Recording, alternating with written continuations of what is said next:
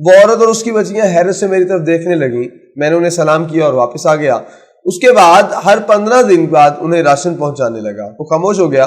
میں نے اس سے پوچھا تم خود غریب تھے, تم ان کے راشن کے لیے رقم کہاں سے لاتے تھے؟ اس نے کہا لگایا اور بولا تم شاید یقین نہیں کرو گے, میں نے اپنی جیب سے صرف وہی سودا خریدا تھا.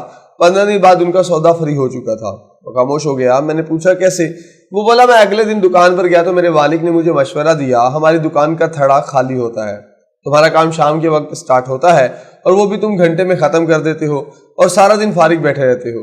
میں تمہیں چاول اور دالیں دے دیتا ہوں, تم یہ تھڑے پر رکھو اور 5-5, 10-10 کلو بیچ دو, تمہیں اس سے فائدہ ہو جائے گا. گلہ منڈی میں تھوک کا کام ہوتا ہے, ہمارے پاس 5-10 کلو کے بے شمار خریدار آتے ہیں, لیکن ہم ان سے معذرت کر لیتے ہیں. مجھے یہ آئیڈیا اچھا لگا. میں اپنے مالک سے دالیں, چاول اور چینی خریدتا تھا, اس کے 5-5 اور 10-10 کلو کے پیکٹ بناتا تھا اور کھڑے کھڑے بیچ دیتا تھا. اب یقین کریں 2 ہفتوں میں میری آمدنی 4-5 گنا بڑھ گئی, اور میں 15 دن بعد جب اس بیوہ کے گھر گیا تو میرے پاس سودا بھی ڈبل تھا اور میری جیب بھی ٹھیک ٹھاک بھاری تھی. میں نے 1 ماہ بعد اسے بچیوں کی فیس, کپڑوں اور جوتوں کے لیے بھی رقم دینا شروع کر دی. اللہ نے میرا ہاتھ پکڑ لیا اور میں 2 سال بعد اس دکان کا مالک تھا جس پر میں منشی ہوتا تھا.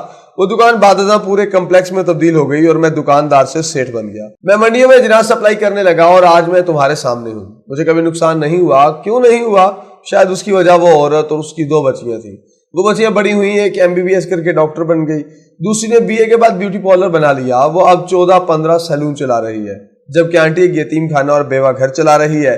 وہ ایک بار پھر رک گیا. میں نے اس سے پوچھا تم نے اس کے بعد کیا کیا؟ وہ ہنس کر بولا مجھے نیکی کا چسکا پڑ گیا.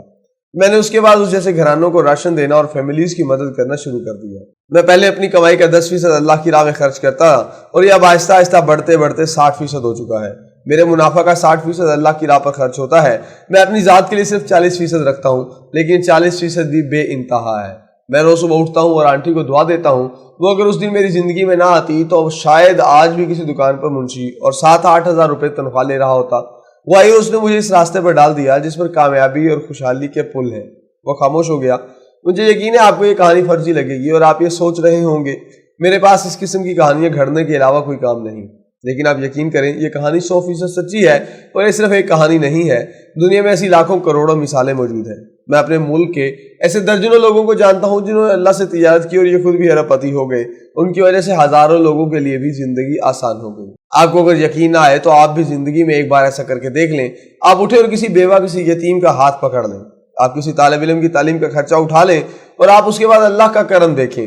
آپ کو اگر اس کے بعد خوشحالی, مسرت اور کامیابی نصیب نہ ہو تو آپ اپنا نقصان مجھ سے وصول کر لیجئے گا.